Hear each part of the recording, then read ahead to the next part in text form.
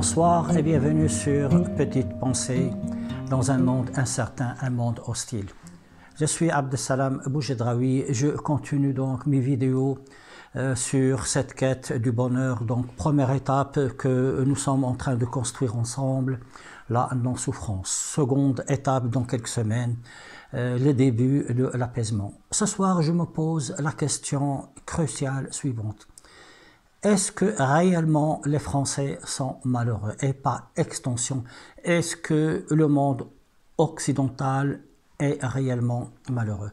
Pour cela, je vais faire un petit saut dans le passé, dans la période qui s'écoule de 1900, c'est-à-dire début du siècle, à 1914, juste avant la Première Guerre mondiale. Cette époque est connue pour être une époque heureuse. C'est pour ça qu'on l'appelle la Belle Époque. Mais les gens n'étaient pas conscients d'être heureux quand ils vivaient durant cette époque. C'est après, c'est-à-dire c'est après 1920 que les gens ont commencé à parler de cette période comme étant une période heureuse et ça revenait du reste dans leur discours. Ah, comme on était heureux. Qu'est-ce qu'y avait-il de si particulier dans cette période? Tout d'abord, il y avait beaucoup d'émerveillement. Les débuts de l'électricité, les gens sortaient, regardaient toutes ces lumières, la foire internationale, ils voyaient toutes ces choses-là, tout qui étaient là, la Tour Eiffel et toutes ces belles choses, les débuts des voitures, les débuts du métro. Et surtout, il y avait de l'art, de grands artistes. Le Bolchoï de Moscou qui venait à Paris avec ses ballets grandioses, le danseur Nivinsky que tout le monde connaît, les débuts de certaines musiques d'avant-garde comme celle de Stravinsky, etc. Donc l'essentiel c'était l'émerveillement. Mais ce n'est pas ça ce dont il s'agit. Les gens étaient heureux et ne le savaient pas. Voilà la question pour moi essentielle. Et si dans notre époque, l'époque que nous vivons en Occident, en France, si les Français étaient heureux et qu'ils ne le savaient pas comme à la Belle Époque? Alors déjà quelques éléments. Cela fait déjà au moins 70 ans qu'il n'y a pas de grande guerre en France, en Europe d'une façon générale. Mais il n'y a plus de ces grands conflits. D'autre part, d'une façon générale, beaucoup de choses sont assurées en France, comme la santé, la retraite, même si on pourrait discuter. Mais d'une façon générale, il y a encore l'intervention de l'État-providence. Les Français ont accès aux soins, ils ont accès aux loisirs, ils ont accès à beaucoup de choses. Donc d'où vient ce sentiment que l'Europe, la France est malheureuse? Tout d'abord, cela vient à mon avis d'une certaine vision des philosophes. Quand je lis des philosophes ou je les écoute, ils nous parlent encore de la vie bonne et que la vie bonne, on l'atteindrait si on n'a pas cette angoisse de l'acquérant, c'est-à-dire de la mort. Moi, j'ai l'impression que ces philosophes sont complètement à côté de la plaque, en le disant de cette façon un peu triviale. Parce que d'une façon générale, les Français ont résolu leurs problèmes avec la mort.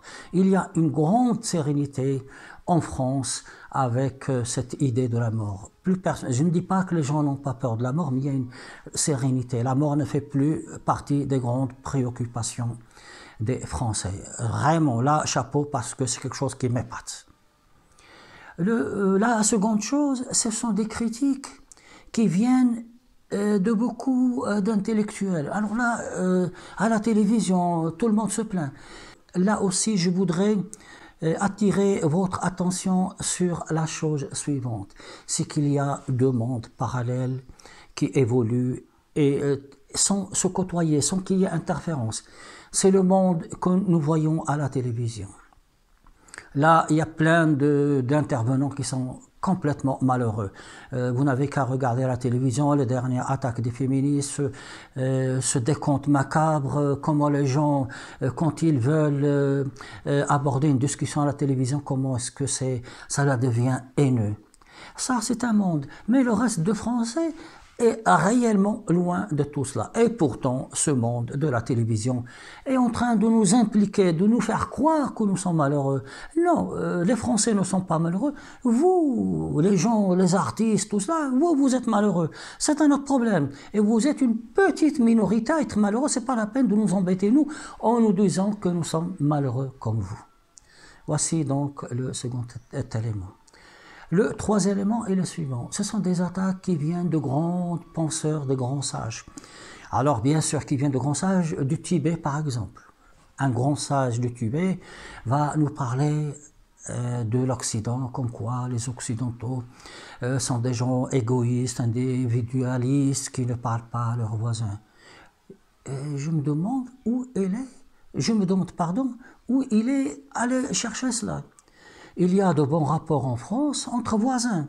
Et du reste, même si ces rapports ne sont pas au beau fixe comme on voudrait, il y a quand même récemment il y a une fête qui s'appelle la fête des voisins où tout le monde se retrouve.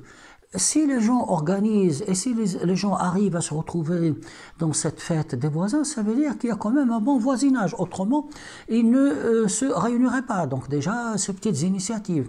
Il y a de plus en plus d'initiatives. Par exemple, les marchés de Noël, la fête de Noël. Les fêtes de Noël sont encore fêtées, même si un peu, ça je le regrette, l'esprit de Noël avec cette bonté, tendance à se perdre. Puis de toutes les façons, en France, les voisins se connaissent, se disent bonjour. S'ils ne se disent pas bonjour, s'ils ne connaissent pas, si vraiment comme c'est dans d'autres pays, c'est tout simplement parce que nous savons que des relations qui deviennent de plus en plus étroites peuvent favoriser certains comportements, je ne sais pas, qui peuvent être tout à fait inopportuns. Donc les Français ont su trouver une distance entre le respect de son voisin, et ce bon voisinage qui se traduit parfois par des choses que les gens font ensemble. Et ces mêmes sages nous disent qu'au Tibet, les gens sont plus heureux. D'accord, je ne sais pas, parce que le mode de vie tibétain, je ne sais pas si on peut le transmettre, le transposer en France. Pourquoi? Parce que le mode de vie, de pensée au Tibet est un mode où l'homme s'intègre dans une collectivité. L'homme ne peut pas sortir de la collectivité. Alors, c'est-à-dire, pour le dire d'une façon un peu brutale, c'est-à-dire que la collectivité, la communauté écrase l'individu qui ne peut pas sortir de ce qui est tracé. Je ne sais pas, vous voyez ça en France? C'est strictement impossible. Ce n'est pas en France, ce n'est pas de l'individualisme. C'est une recherche de la liberté individuelle et générale. Ça, c'est autre chose. Ne pas faire cette confusion. Et puis, moi, je voudrais, en contrepartie du fait que beaucoup de penseurs et leurs élèves, leurs assistants, viennent faire des enquêtes en France, ils nous donnent des statistiques, je voudrais que l'on fasse la même chose. C'est-à-dire que des intellectuels indépendants aillent au Tibet et demandent aux gens, sont-ils heureux, sont-ils réellement heureux de ce qu'ils font, et que l'on aille voir leurs hôpitaux, que l'on voit leur système de santé, qu'on voit tout ça.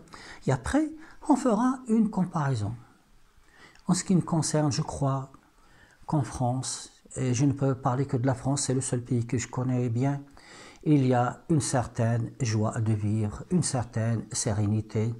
Et surtout, ça se traduit par ces grands mouvements de solidarité qui apparaissent de temps en temps par le travail que font les associations pour essayer d'améliorer la vie de tous les jours. Et de toutes les façons, vous savez, il est toujours très facile de critiquer des gens ouverts. Il faudrait que ceux qui critiquent acceptent également d'être critiqués. Je vous remercie pour votre patience. La prochaine vidéo sera consacrée, parole à le fait de se sous-estimer. Il y a déjà en ligne un petit fascicule qui accompagne ces vidéos. Vous le trouverez dans la description de cette vidéo. Pour le moment, il y a quelques petites fautes de frappe, des petites coquilles. Paroles, je corrigerai tout cela. Je vous remercie et à bientôt. Merci pour votre écoute.